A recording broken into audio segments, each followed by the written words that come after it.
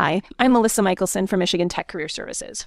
And if you've recently graduated and you're still looking for a job, I want to be the first one to tell you that you're not behind. It's really easy to look around and, feel like someone else has it all figured out, but job searching takes time and it is, more importantly, not always a straight line.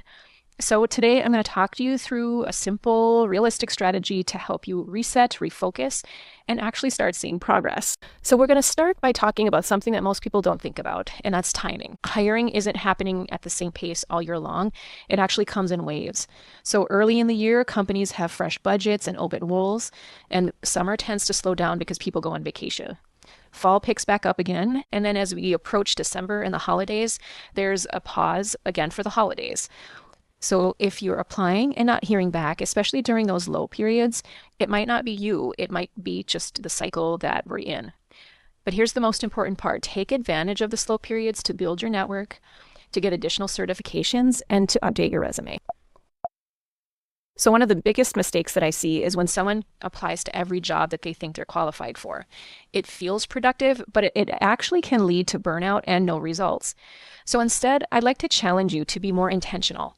Take a step back and ask yourself, what roles actually match my skills? What industries or companies am I curious about and can see myself working for? What kind of work do I enjoy doing?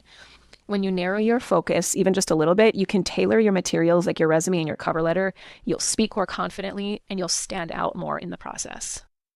Now let's talk about your resume, because this is often one of the biggest barriers that I see. It's important that your resume matches the job description in the use of keywords in your skill section and also in the specific experiences that you have listed.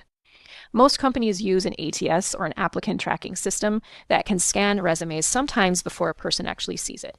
But even if your resume is in the hands of a real person, they're doing the same thing. They're scanning for keywords and relevant experience.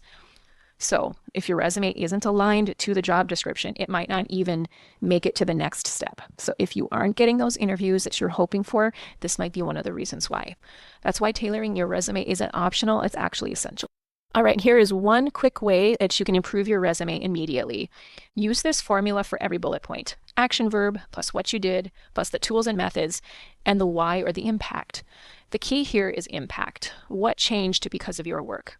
For example, instead of saying performed system risk analysis, you could say identified system risks using Nessus and provided remediation strategies based on CVSS to improve security posture by X%. Now, if you can quantify results, be sure to do so. But if you can't, don't force it. Even if your experiences come from classroom projects or part-time work, you can still show impact. All right, next is visibility. Your LinkedIn and Handshake profiles are not just nice to have, they're actually part of your job search strategy. Recruiters are actively searching for candidates, and your profile helps you to show up to them. So make sure that you upload your updated resume, you list your skills and projects. Treat your projects as you would work experience, especially for those who don't have a lot of work experience. Turn on open to work, make sure your profile picture is updated and professional, and then follow companies that you are interested in. This helps you to show up both actively and passively. Now I'm going to talk about something that a lot of people try to avoid during the job search process, networking. But here's the reality. Up to 80% of jobs are filled through networking. So that means that most opportunities come from people that you've met. So if you're only clicking apply, you're missing out on all kinds of opportunities. So the good news is that you don't have to be a networking person or love networking in order to get good at it.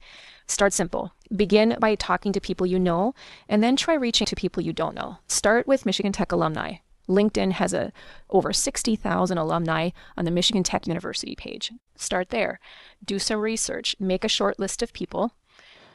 Maybe they are doing jobs that you're really interested in knowing more about, or they're working for a company that you're curious to learn more about. Maybe they live in a location that you're interested in. Once you've identified these people, reach out to them, ask them for a quick conversation. You're not asking them for a job, but you want to learn more about their experiences. This small step helps to build connections, and then those connections will often lead to opportunities. These quick conversations are called informational interviews. Here are some suggested questions that you might want to ask a person. Use this guide to get started, and then really get started. Another really important way to stand out is to not just tell employers who you are by using the same buzzwords that everyone else is saying, but actually show them with your unique experiences. So instead of saying, I'm an innovative problem solver, give a real example. I redesigned a part to fix a performance issue, or I wrote code to fix bugs to improve how a program runs. That's what we mean by being compelling.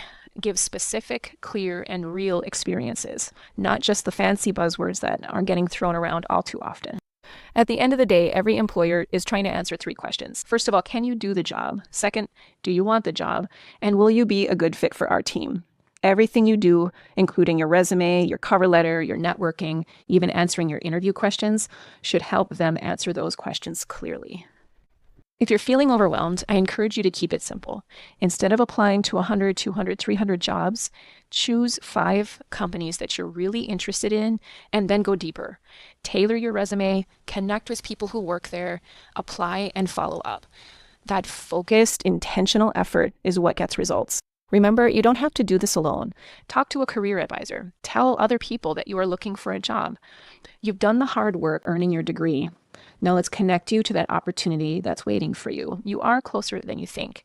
Request informational interviews. Attend local career fairs and meetups. Take a look at what's going on in your community with young professionals. For individual job search help, please feel free to make an appointment with a career advisor through Handshake or email career@mtu.edu.